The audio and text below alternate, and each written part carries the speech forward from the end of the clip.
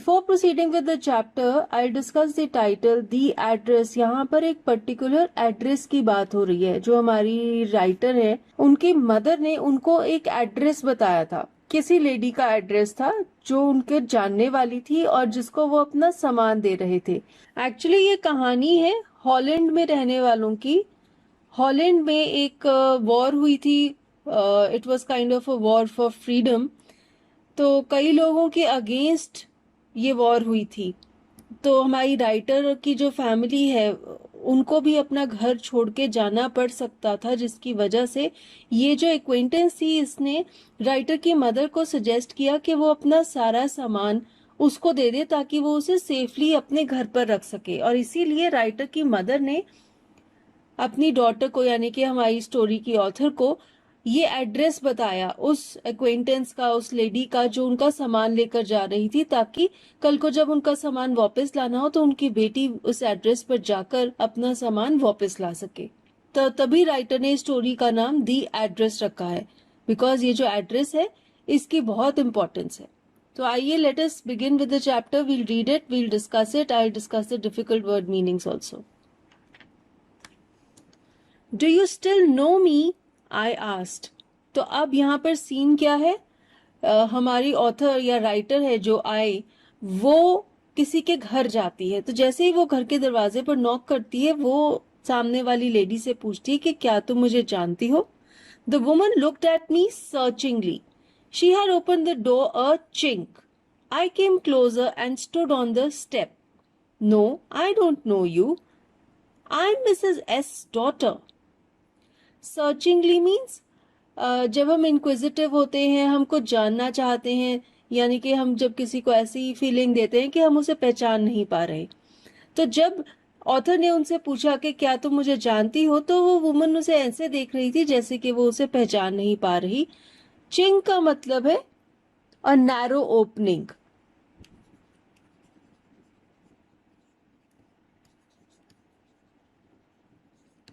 तो उस लेडी ने घर का दरवाजा थोड़ा सा ही खोला, जस्ट अ चिंक, यानी कि थोड़ा सा दरवाजा खोला, और वो बाहर पीप कर रही थी।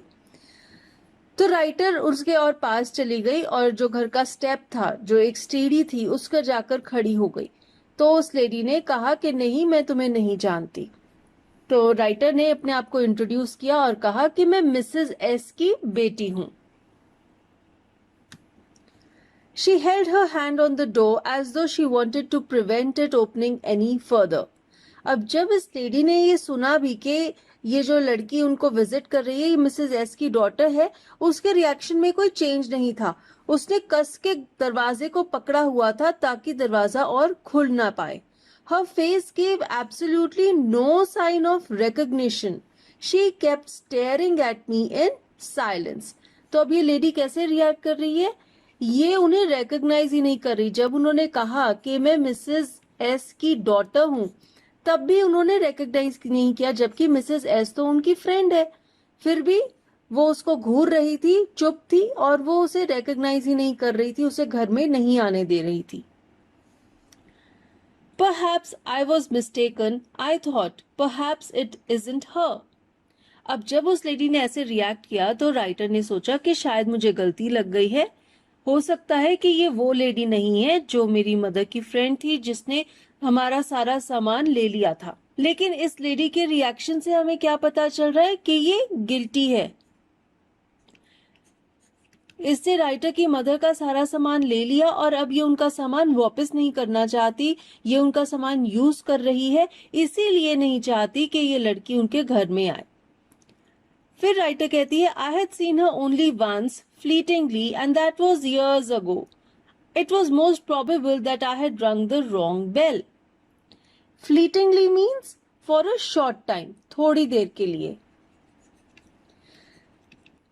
तो अब नरेटर इस लेडी को गलत नहीं समझ रही, तो उसे ये लगता है कि हो सकता है वो किसी गलत घर पर आ गई है। उसने इस लेडी को सिर्फ एक बार देखा था, वो भी बहुत साल पहले देखा था, और वो भी बहुत ही थोड़ी सी देर के लिए देखा था। तो वो सोचती है कि हो सकता है मैंने गलत घर की बेल रिंग कर दी है, मैं गलत एड्रेस पे आ गई हूँ। The woman let go of the door and stepped to the side. She was wearing my mother's green knitted cardigan. The wooden buttons were rather pale from washing.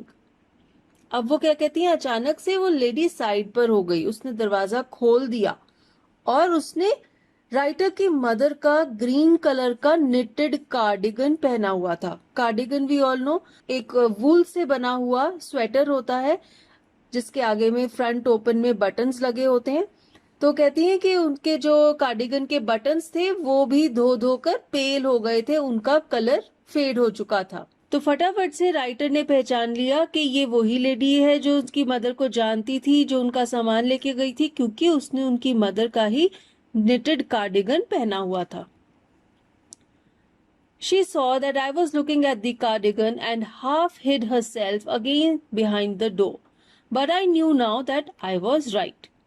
अब जैसे ही उस लेडी ने देखा कि नरेटर उस कार्डिगन को देख रही है, तो वो एक बार फिर से दरवाजे के पीछे छुप गई.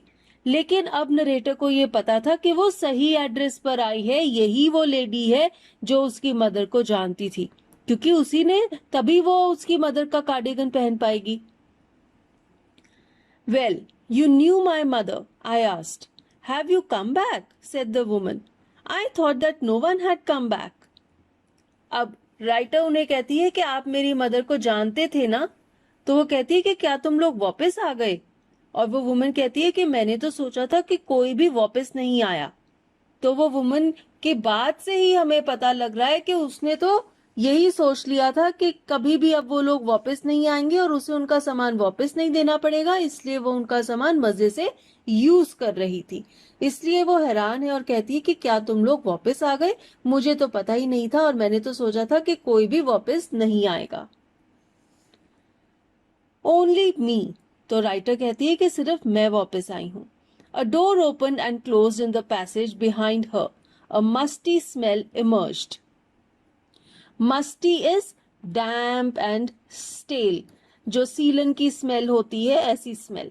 तो उस लेडी के पीछे उसके घर में एक दरवाजा खुला और बंद हो गया, और जैसे ही वो खुला और बंद हुआ तो वहां से एक डैम्पनेस की स्मेल इमर्ज हुई, यानी कि निकली, बाहर निकली.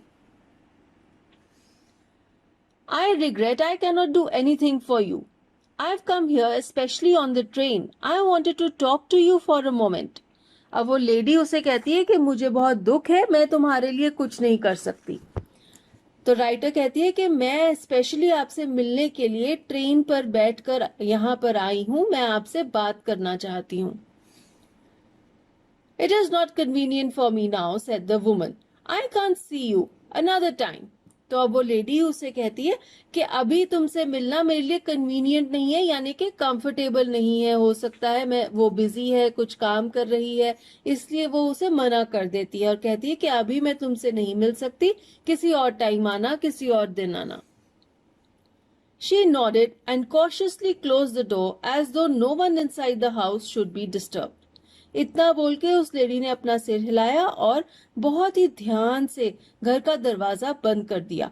तो राइटर कहती है ऐसे लग रहा था कि वो ये नहीं चाहती कि घर के अंदर जो लोग हैं वो डिस्टर्ब हो या उन्हें पता चले कि बाहर कोई आया है.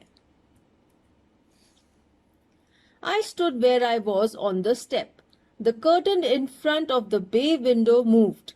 अब राइटर इसी स्टेप के ऊपर, घर के बाहर जो स्टेप था उस पर खड़ी हुई थी और उसने क्या देखा कि बाहर जो बे विंडो थी उसके ऊपर जो कर्टन था अंदर से वो कर्टन हिला, यानी कि वो लेडी कर्टन से बाहर झांक रही थी और उन्हें देख रही थी.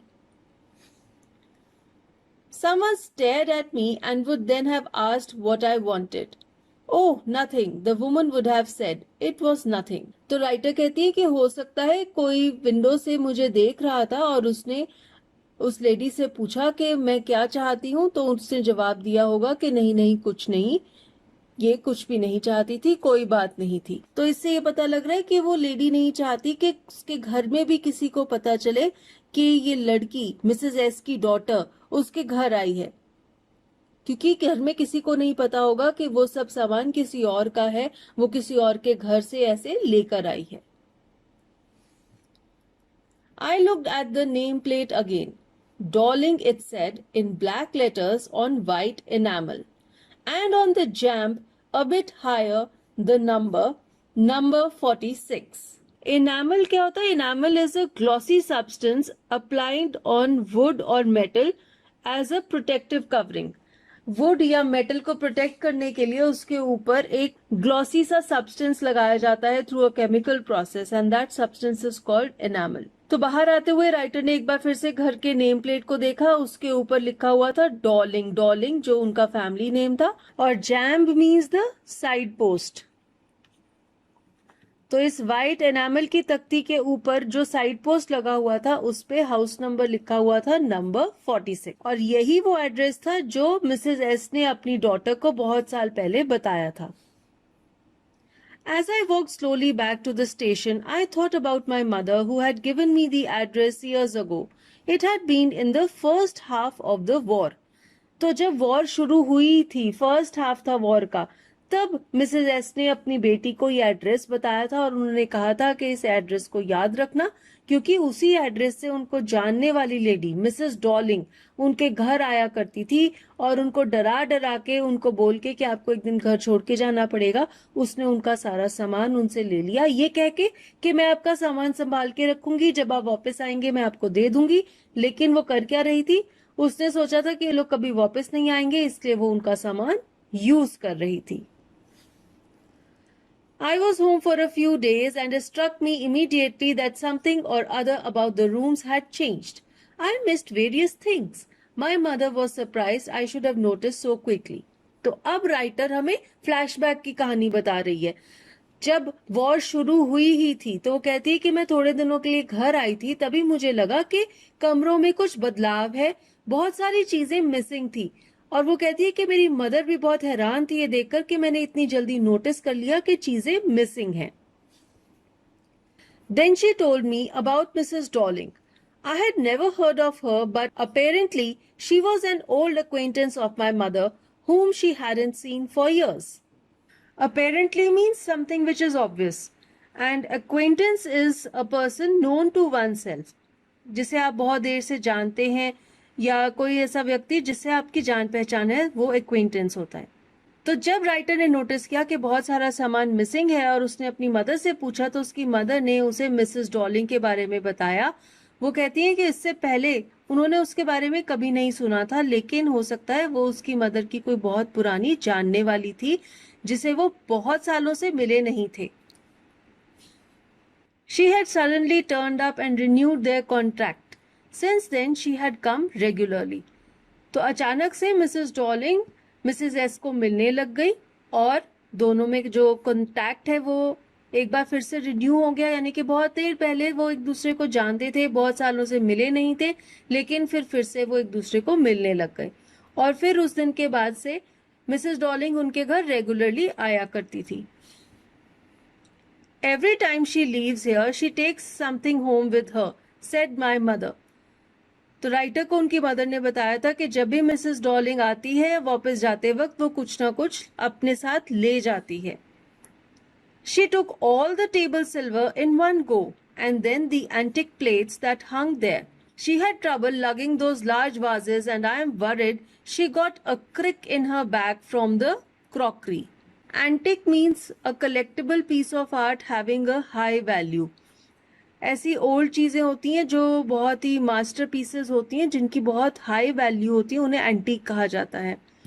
Logging means to carry something, and crick in her back means she had sudden pain और stiffness in the back due to a cramp और स्पैज्म और due to lifting something heavy.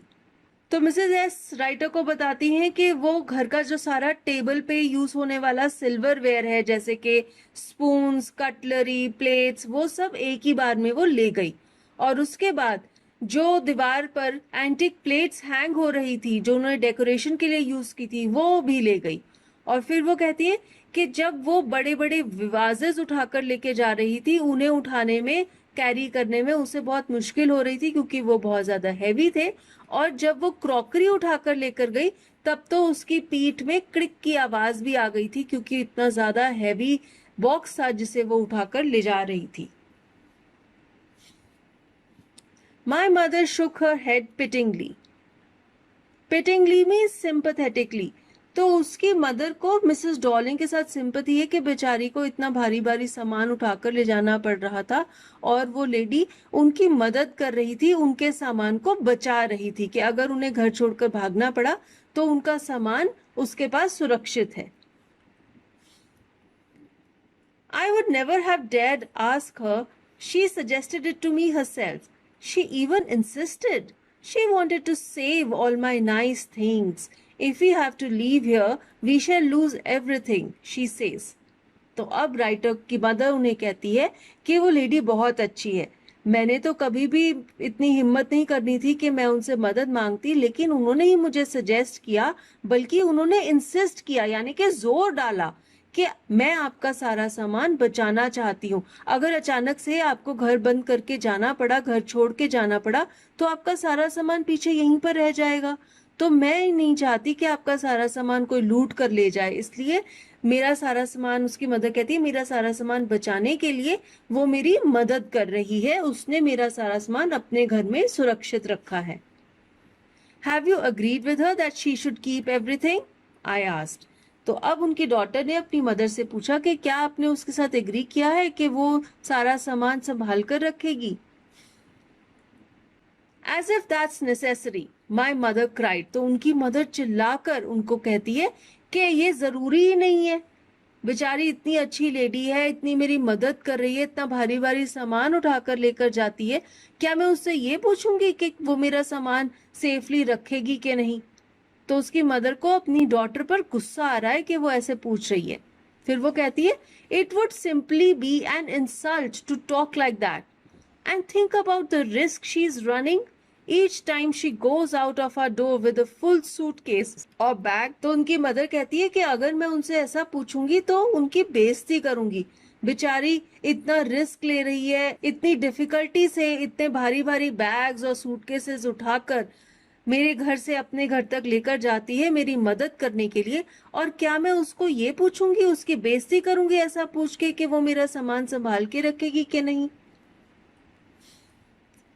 My mother seemed to notice that I was not entirely convinced.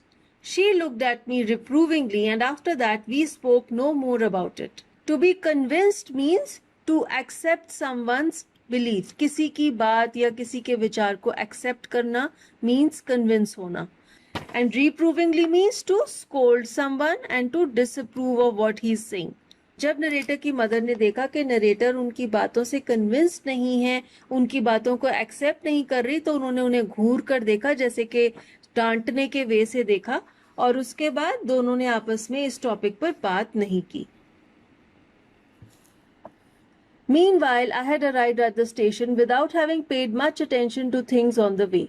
I was walking in familiar places again for the first time since the war, but I did not want to go further than was necessary. तो अब writer एक बार वापस फिर से station पर पहुंच गई थी और सारे रास्ते वो ये सब बातें सोच रही थी, इसलिए उन्होंने रास्ते में जो भी चीजें आई, जगहें आई, उनको नहीं देखा। तो वो कहती है कि वो फेमिलियर जगहों पर घूम रही थी। फेमिलियर मीन्स जानी पहचानी। वॉर के बाद अब वो पहली बार वहां पर वापस आई थी, लेकिन वो कहती हैं कि जितना मेरा काम था मैं बस उतना ही करना चाहती थी, उससे ज्यादा कोई पुरानी फेमिलियर जगहों पर नहीं जाना चाहती थी। I didn't want to upset myself with the sight of streets and houses full of memories from a precious time. Precious ऐसी चीज होती है जो आपके दिल के बहुत करीब होती है, जिसे आप बहुत ज्यादा चाहते हैं। तो वो कहती हैं कि अगर मैं वही पुरानी गलियों में, वही पुराने घरों को देख जहां पर बहुत प्यारी, बहुत ही प्रेशियस और कीमती यादें थी उनके पुराने टाइम्स की, तो उससे वो दुखी होती, वो उस पुराने टाइम को याद करके दुखी होती, इसलिए वो उन सब जगहों पर नहीं जाना चाहती थी, उन्हें नहीं देखना चाहती थी। In the train back, I saw Mrs. Darling in front of me again as I had the first time I met her. It was the morning after the day my mother had told me about her. तो train में एक बार फिर से उन्होंने Mrs Dorling को देखा और वो कहती हैं कि जैसा मैंने उन्हें पहली बार देखा था जब उनकी मदर ने उससे इंट्रोड्यूस कराया था, वो वैसी ही लग रही थी। और वो कहती हैं कि जिस दिन उनकी मदर ने उन्हें मिसेस डॉलिंग के बारे में बताया था कि वो बहुत अच्छी है, वो उनका सामान ले जाती है, उसके नेक्स्ट डे ही मिसेस डॉलिंग फिर से उनके घर आई और उसी दिन फर्स्ट टाइम नरेटर ने उन्हें देखा था। I had got up late and coming downstairs I saw my mother about to see someone out, a woman with a broad back.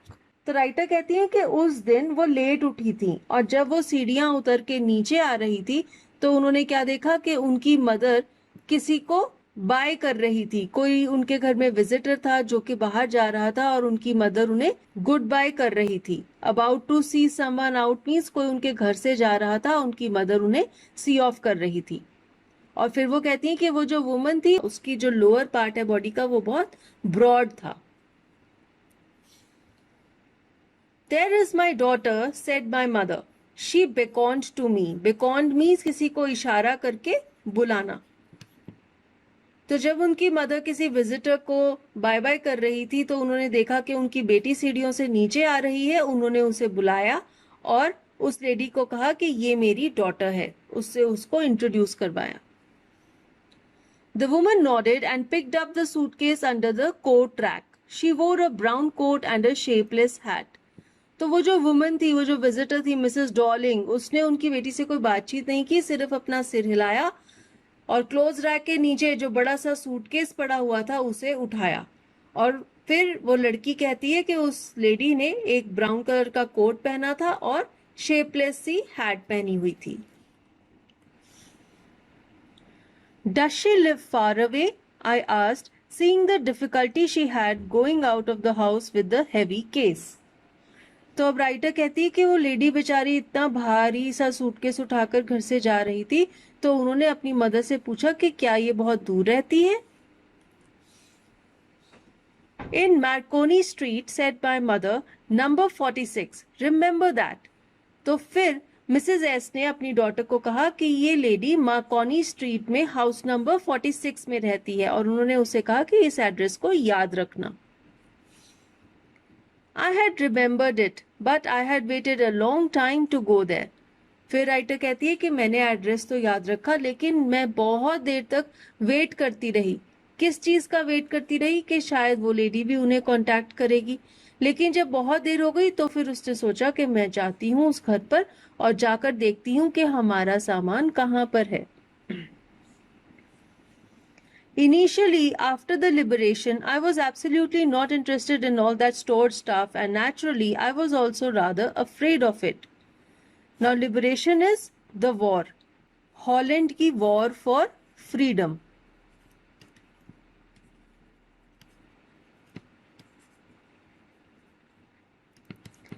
तो राइटर कहती है कि जब वॉर खत्म हो गई उसके बाद शुरुआत में तो वो उस सारे सामान को लेना ही नहीं चाहती थी, उसे लेने में इंटरेस्टेड नहीं थी और वो कहती है मैं तो उससे डर भी रही थी। क्यों डर रही थी? Afraid of being confronted with things that had belonged to a connection that no longer existed, which were hidden away in cupboards and boxes and waiting in vain until they were put back in their place again, which had endured all those years because they were things. Confronted means to come face to face with someone or something. In vain means something which gives no results. And endured means to last a long time या फिर to remain forever. तो writer को ये डर था कि वो एक बार फिर से उन्हीं सब चीजों को देखेंगी जिससे उन्हें एक ऐसे कनेक्शन की, एक ऐसे रिलेशनशिप की याद आएगी जो अब एग्जिस्ट ही नहीं करता।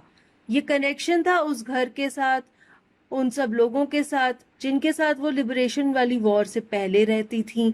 हो सकता है अब उनकी मदर इस दुनिया में नहीं है, हो सकता है अब वो उस घर में नहीं रहते जहाँ पर वो सारा सामान यूज करते थे। तो वो सब चीजें देख के लेकिन उनको वो सब चीजों की याद आएगी, वो जगहों की याद आएगी, उन लोगों की याद आएगी और इसलिए वो उन सब यादों से डर रही थी। फिर वो कहती हैं अभी तो ये चीजें अलमारियों में, डब्बों में बंद पड़ी हुई हैं और इंतजार कर रही हैं कि उन्हें वापस से उन्हीं जगहों पे सजाया जाएगा जहां पर पहले उन्हें सजाया गया था। लेकिन अब ऐसा पॉसिबल ही नहीं है, इसलिए ऐसा कोई रिजल्ट उन्हें मिलेगा ही नहीं। लेकिन जैसे कि ये चीजें थी, ये आर्टिकल्स हैं, ये अभी तक वैसे ही पड़ी हुई हैं, अच्छी भली कंडीशन में है, जबकि इतने साल बीत चुके हैं, ये चीजें अभी भी ठीक ठाक पड़ी हैं। इन्होंने इतने साल तक ठीक रही हैं क्योंकि ये सिर्फ चीजें हैं। बाकी जो लोग हैं, घर है वो तो कब का खत्म हो चुका. But gradually everything became more normal again. Bread was getting to be a little lighter color. There was a bed you could sleep in unthreatened, a room with a view you were more used to glancing at each day. Glancing means looking at. तो liberation की war के बाद धीरे धीरे life वापस से normal हो रही थी. अब उनको जो ब्रेड या खाने की चीजें मिलती थी उनका कलर भी लाइट हो गया था पहले से. ब्रेड का कलर लाइट होने से क्या मतलब है? जो ब्राउन ब्रेड होती है उसे इतना अच्छा नहीं माना जाता क्योंकि वो वीट के हस्क से बनी होती है. जो मोटी वीट का जो छिलका होता है जिसे जनरली यूज नहीं किया जाता. तो अब जब उन्हें ब्रेड लाइटर कलर की मिलने लग गई थी यानी कि अच्छे फ्लावर की बनी हुई थी तो वो ब्रेड मिलने का मतलब है कि अब उनकी जो कंट्री की इकोनॉमी है वो बेटर हो रही थी. उन लोगों को खाने के लिए बेहतर चीजें मिल रही थी. फिर वो कहती हैं कि जिस बेड में हम सोते थे उसमें भी अब हमें डर नहीं लगता था क्योंकि ऑब्वियसली जब वॉर का टाइम था तब आपको हर वक्त डर लगता है, इनसिक्योर फील होता है क्योंकि कभी भी कुछ भी हो सकता है, कभी भी अटैक हो सकता है. लेकिन वो कहती हैं कि अब हम बेड में बिना किसी डर के आराम से सो सकते थे. और अब वो जिस कमरे में भी रहती थी वहां से जो बाहर का नजारा था वो भी देखने में उन्हें बहुत अच्छा लगता था. और अब उसे बाहर देख देख कर उन्हें आदत भी पड़ गई थी क्योंकि वो बहुत देर से वहां पर रह रही थी. तो अब उनकी लाइफ थोड़ी नॉर्मल सी हो गई थी. इसीलिए अब एक बार फिर से उन्हें वही चीजें दोबारा से याद आ रही थी. And one day I noticed I was curious about all the possessions that must still be at that address. I wanted to see them, touch, remember. तो अब जब फिर से एक बार वॉर के बाद उनकी लाइफ नॉर्मल हो गई थी, कंफर्टेबल हो गई थी, तो फिर से उनके अंदर क्यूरियोसिटी जागी, ईगरनेस जागी. वो एक बार फिर से उन सब चीजों को, अपनी पुरानी पोजेशंस को देखना चाहती थी. इसीलिए वो उस एड्रेस पर जाना चाहती थी, नंबर 46. वो उन चीजों को देखना चाहती थी, छूना चाहती थी और अपने पुराने टाइम्स को याद करना चाहती थी. After my first visit in vain to Mrs. Darling's house, I decided to try a second time. Now a girl of about 15 opened the door to me. I asked her if her mother was at home. तो अब जब पहली visit when में चली गई यानी कि without result, तो राइटर ने एक बार फिर से सोचा कि वो एक बार फिर से जाकर कोशिश करेगी. जब वो दूसरी टाइम गई तो दरवाजा खोला एक ऑलमोस्ट 15 साल की लड़की ने. उससे राइटर ने पूछा कि क्या उसकी मदर घर पर है. No, she said, my mother's doing an errand.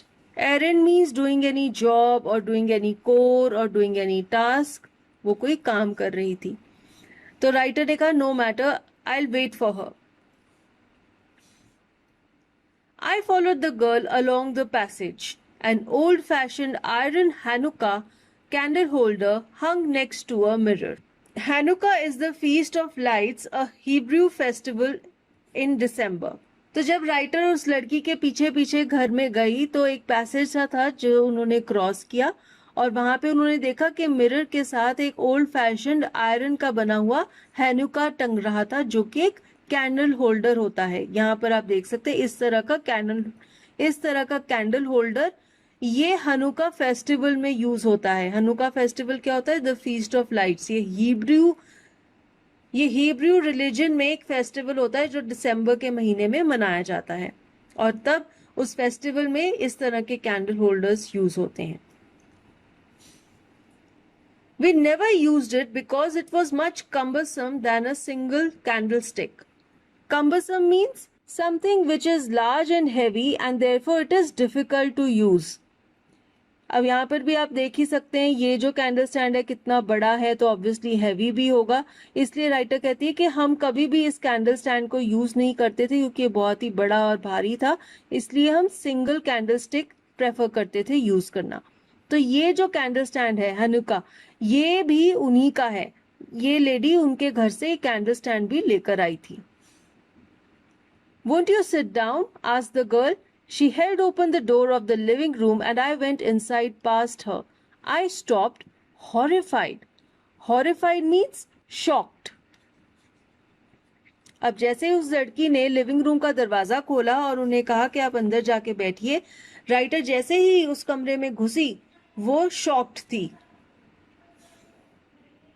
I was in a room I knew and did not know. I found myself in the midst of things I did want to see again, but which oppressed me in the strange atmosphere. In the midst of things means in the middle of things. किसी चीज के बीच में. And oppressed means subject to harsh and authoritarian treatment. अगर कोई आपके साथ ऐसा behaviour करता है जो बहुत हार्श है और वो आपके ऊपर अथॉरिटी जमा रहा है तो आप अप्रेस हो रहे हैं. तो राइटर कहती है कि मैं इस ऐसे कमरे में थी जिसे मैं जानती भी थी और जिसे मैं नहीं जानती थी. जानती इसलिए थी क्योंकि उसमें जो चीजें थी वो उन्हीं की चीजें थी जिनको वो जानती थी. नहीं जानती थी क्योंकि ये रूम किसी और का घर का रूम था जहां पर वो पहली बार गई थी. फिर वो कहती हैं कि एक बहुत ही अजीब सा एटमॉस्फेयर था उस कमरे का और मैं ऐसी चीजों के बीच में घिर गई थी जिन्हें मैं दोबारा देखना चाहती थी, लेकिन उन्हें देखकर राइटर को बहुत ऑप्रेस्ड फील हो रहा था. क्यों? क्योंकि ये सारी चीजें एक ऐसी जगह पर थी जो कि स्ट्रेंज थी, जो कि अनजान थी. तो इसलिए राइटर को कंफर्टेबल नहीं फील होता जब वो उनकी ही पुरानी चीजें किसी और अलग जगह पर पड़ी हुई थी. ये देखकर उन्हें अच्छा नहीं लगता, उन्हें कंफर्टेबल नहीं लगता. Or because of the tasteless way everything was arranged, because of the ugly furniture or the muggy smell that hung there. I don't know, but I scarcely dared to look around me. अब उन्हें comfortable क्यों नहीं feel हो रहा था? वो कहते हैं हो सकता है जब सारा सामान है वो बहुत ही टेस्टलेस वे में अरेंज किया हुआ था, अच्छे से नहीं सजाया हुआ था, या हो सकता है जो फर्नीचर था उस कमरे में वो बहुत ही गंदा था, अगली था, फटा पुराना था, या हो सकता है उस कमरे में एक मगी स्मेल थी यानी कि डैम्पनेस की, स्टेलनेस की स्मेल थी, उसकी वजह से. लेकिन वो कहती हैं कि मेरे में तो हिम्मत ही नहीं थी कि मैं आसपास आंख उठाकर सारी चीजों को देखूं, क्योंकि जिस तरह से उस कमरे में वो सामान लगा हुआ था उन्हें वो अच्छा नहीं लगा.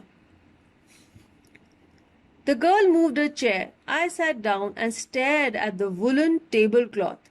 I rubbed it. My fingers grew warm from rubbing. अब उस लड़की ने उन्हें बैठने के लिए कुर्सी दे दी, वो बैठ गई और जो टेबल के ऊपर टेबल क्लॉथ बिछा हुआ था वो भी उनकी मदर का ही था. तो ये लेडी उनके घर से लिटरली सारा सामान ही उठाकर ले आई थी. तो कहती है कि मैंने उस वुलन यानी कि वूलन क्लॉथ के बने हुए टेबल क्लॉथ को देखा और मैंने जैसे ही उसे छुआ मेरी उंगलियां वार्म हो गई क्योंकि वो वुल का बना हुआ था. I followed the lines of the pattern. Somewhere on the edge there should be a burn mark that had never been repaired. तो अब जैसे कि वो टेबल क्लॉथ उनका पुराना टेबल क्लॉथ था तो राइटर को याद था कि एक बारी वो जल गया था और उस पे जो जलने का निशान था उसे रिपेयर नहीं किया गया था. तो उन्होंने क्या किया, उन्होंने जो पैटर्न बना हुआ था उसकी जो लाइंस थी उनके ऊपर अपना हाथ फेरा जब तक कि वो इस निशान तक पहुंच गई और उन्हें कंफर्म हो गया कि ये वही टेबल क्लॉथ है जो उनकी मदर के पास हुआ करता था. My mother will be back soon, said the girl. तो लड़की ने कहा कि उसकी मदर जल्द ही वापस आ जाएगी. I've already made tea for her. Will you have a cup? Thank you. तो उस लड़की ने राइटर को चाय ऑफर की. I looked up. The girl put cups ready on the tea table. She had a broad back just like her mother.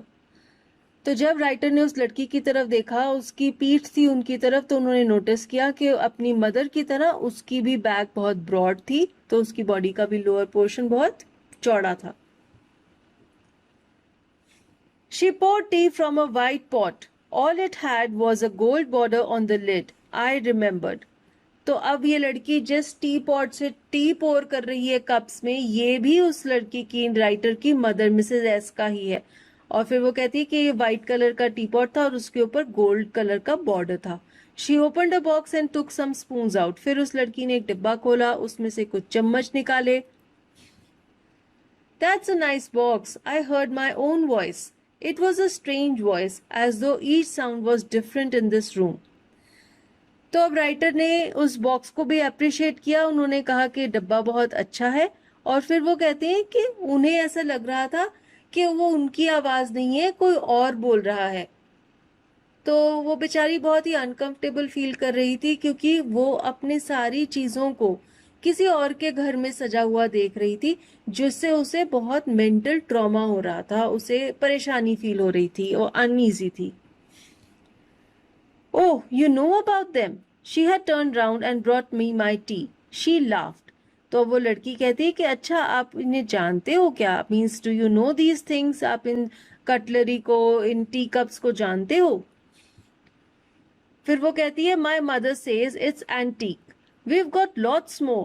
She pointed round the room. See for yourself.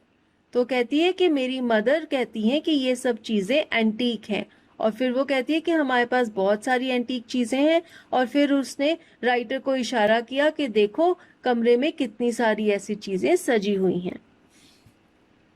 I had no need to follow her hand. I knew which things she meant. I just looked at the still life over the tea table. As a child, I had always fancied the apple on the pewter plate. Fancied means to want or to desire for something, and pewter is a grey colored alloy made of tin, copper and antimony.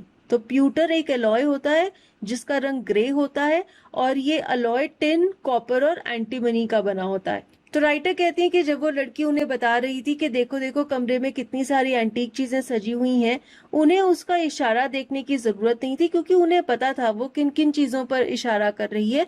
वही सब चीजें जो उनकी mother से Mrs Dorling लेकर आई हुई थी। फिर वो कहती है कि टी टेबल के ऊपर जो स्टिल लाइफ पेंटिंग सजी हुई थी वो उसको देख रही थी, क्योंकि वो पेंटिंग भी उनकी मदर की ही थी। और वो कहती हैं कि जब वो छोटी थी तो उन्हें ये जो एप्पल्स थे जो पेंट किए हुए थे प्यूटर प्लेट के ऊपर, ये बहुत अच्छे लगते थे, और उनका ऐसा दिल करता था कि वो ये एप्पल्स उठा लें। We use it for everything, she said. Once we even ate off the plates hanging there on the wall. I wanted to so much, but it wasn't anything special. तो अब वो लड़की कहती है कि हम ये जो चीजें सजी हुई हैं इन्हें यूज भी करते हैं, और एक बार जो वॉल पे प्लेट्स हैंग हो रही हैं उनमें हमने खाना भी खाया था। फिर वो कहती है कि मैं ऐसा करना चाहती थी, लेकिन खाना खाने के बाद मुझे कुछ स्पेशल फील नहीं हुआ। I had found the burn mark on the tablecloth. The girl looked questioningly at me. तो अब जब राइटर उस टेबल क्लॉथ को फील कर रही थी तो फाइनली उन्हें वो बर्न वाला निशान मिल गया। तो लड़की उन्हें देख रही थी और वो बहुत ही इंक्विजिटिव थी कि राइटर ने ऐसे उस पे हाथ फेरा और उसे वो बर्न मार्क मिल गया, तो इसका क्या मतलब है? क्योंकि उस लड़की को भी समझ आ रहा था कि हो सकता है वो राइटर को पहले से ही पता था कि इस टेबल क्लॉथ पे ऐसा कोई निशान है जिसे कि वो हाथ घुमाकर ढूंढ रही थी। Yes, I said, you get so used to touching all these lovely things in the house, you hardly look at them anymore. तो राइटर कहती है कि हाँ, तुम सही कह रही हो, तुम्हें इतनी आदत पड़ जाती है कि तुम्हारे घर में इतनी प्यारी प्यारी चीजें सजी हुई हैं कि तुम उनके बारे में भूल जाते हो, तुम उन्हें नोटिस नहीं करते, तुम उन्हें इम्पोर्टेंस देना छोड़ देते हो। You only notice when something is missing because it has to be repaired or because you have lent it, for example. फिर वो कहती है, लेकिन जब कोई चीज मिसिंग होती है तब तुम्हें पता चल जाता है, तब तुम नोटिस कर लेते हो। चीज कोई मिसिंग क्यों होती है? क्योंकि हो सकता है कभी तुम्हें उसे रिपेयर में देना पड़ता है, या फिर तुम किसी को दे देते हो, कोई को तुमसे बोरो करके कोई चीजें ले जाता है और उसके बाद तुम नोटिस करते हो कि कुछ मिसिंग है।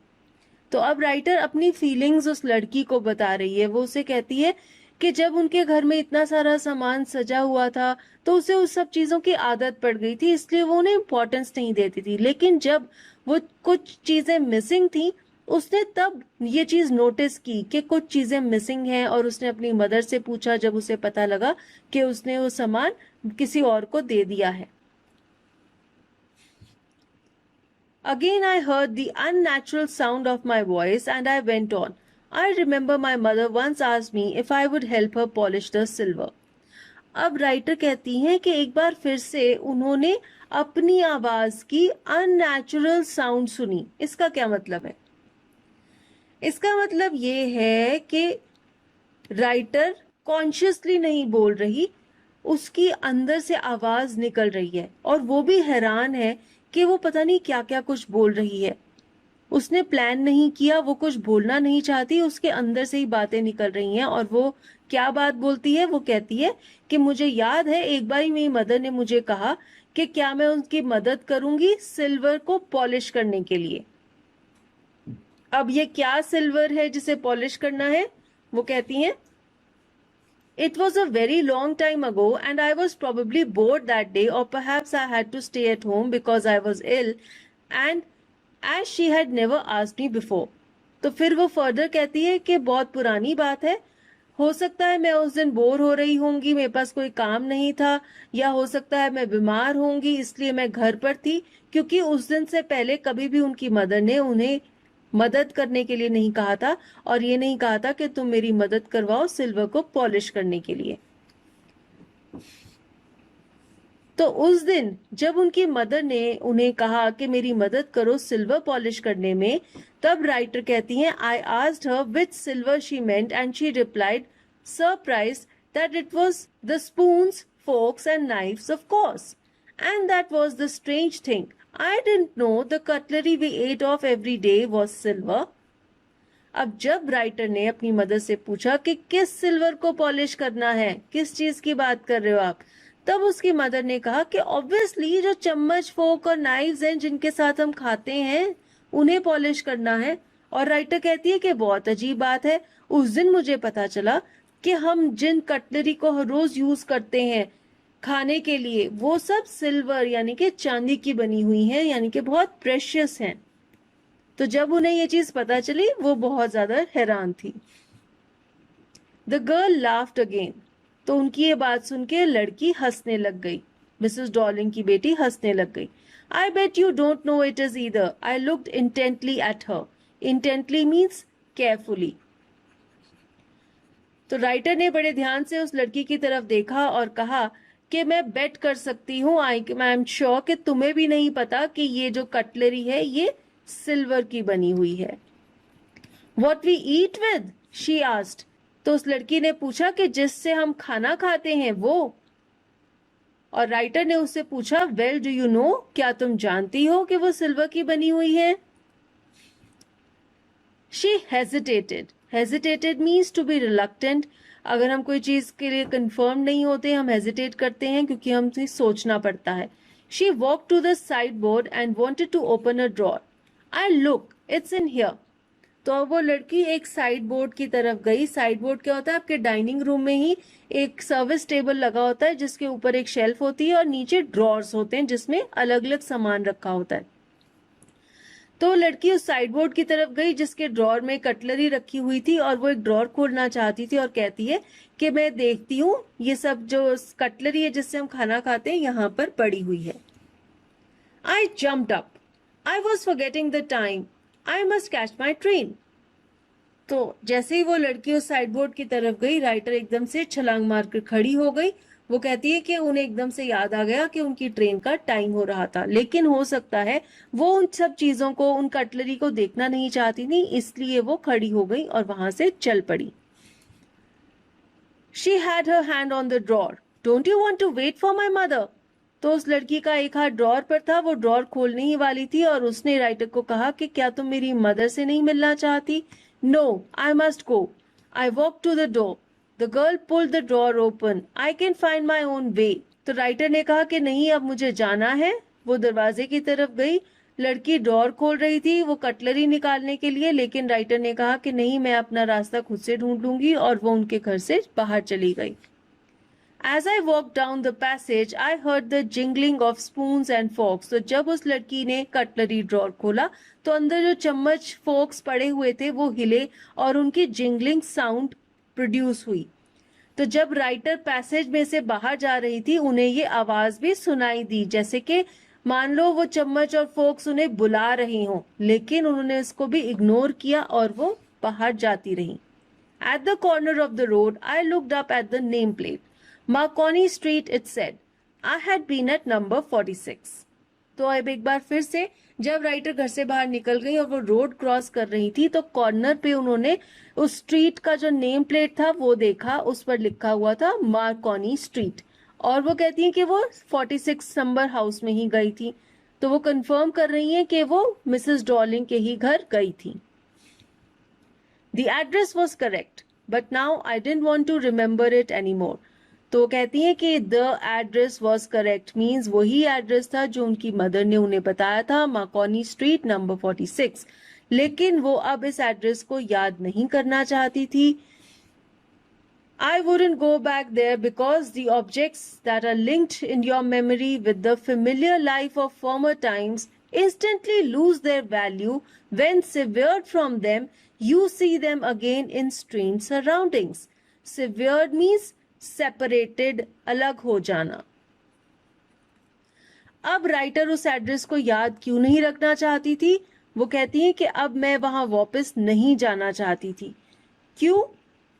वो जो ऑब्जेक्ट्स हैं, वो जो चीजें थी, वो उनकी मेमोरी से जुड़ी हुई थी और उन्हें एक पुराने टाइम की, पुरानी यादों की, जो उनकी फेमिलियर यादें थी उनके बारे में याद दिला रही थी, लेकिन अब उन चीजों में कोई वैल्यू नहीं थी। क्यों? क्योंकि अब उन चीजों को उन पुरानी जगहों से अलग कर दिया गया था और किसी अलग जगह पर रख दिया गया था। वो जगह उनके लिए स्ट्रेंज थी, नई थी, अजीब थी। इसीलिए अब वो जो चीजें हैं वो उनकी पुरानी मेमोरी से उन्हें जोड़ नहीं पा रही थी, क्योंकि अब वो किसी नई जगह पर पड़ी हुई थी। तो अब वो उस जगह का हिस्सा बन गई थी और इसलिए राइटर की मेमोरी से कट हो चुकी थी और इसलिए वो अब फिर से उन्हें नहीं देखना चाहती थी। And what should I have done with them in a small rented room where the shreds of blackout paper still hung along the windows and no more than a handful of cutlery fitted in the narrow table drawer? Shreds means छोटे छोटे टुकड़े। और writer कहती है कि वैसे भी उन्हें वो सब चीजें चाहिए नहीं थी, उनका क्या करती, क्योंकि अब वो एक छोटे से किराए के कमरे में रहती थी जहां पर खिड़की के ऊपर ऐसे छोटे छोटे काले रंग के पेपर के टुकड़े लगे हुए थे और जो ड्रॉर था जिसमें वो कटलरी रखती थी वो बहुत छोटा था, उसमें सिर्फ थोड़े से स्पून्स और फोर्क्स ही फिट आते थे।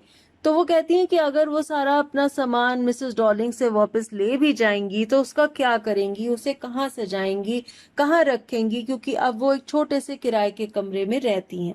तो ऐसा सोच के उन्होंने ये फैसला किया कि अब वो उस चीजों के बारे में नहीं सोचेंगी और ना ही वहां वापस जाएंगी। I resolved to forget the address. Of all the things I had to forget, that would be the easiest. Resolved means decided. तो उन्होंने ये फैसला किया कि अब वो इस एड्रेस को भूल जाएंगी और फिर वो कहती हैं कि और जो चीजें थी भूलने के लिए उनमें से सबसे ज्यादा आसान था इस एड्रेस को भूलना और ये भूलना कि मिसेस डॉर्लिंग नाम की कोई लेडी थी जो कि उनकी मदर से उनका सारा सामान ले गई थी।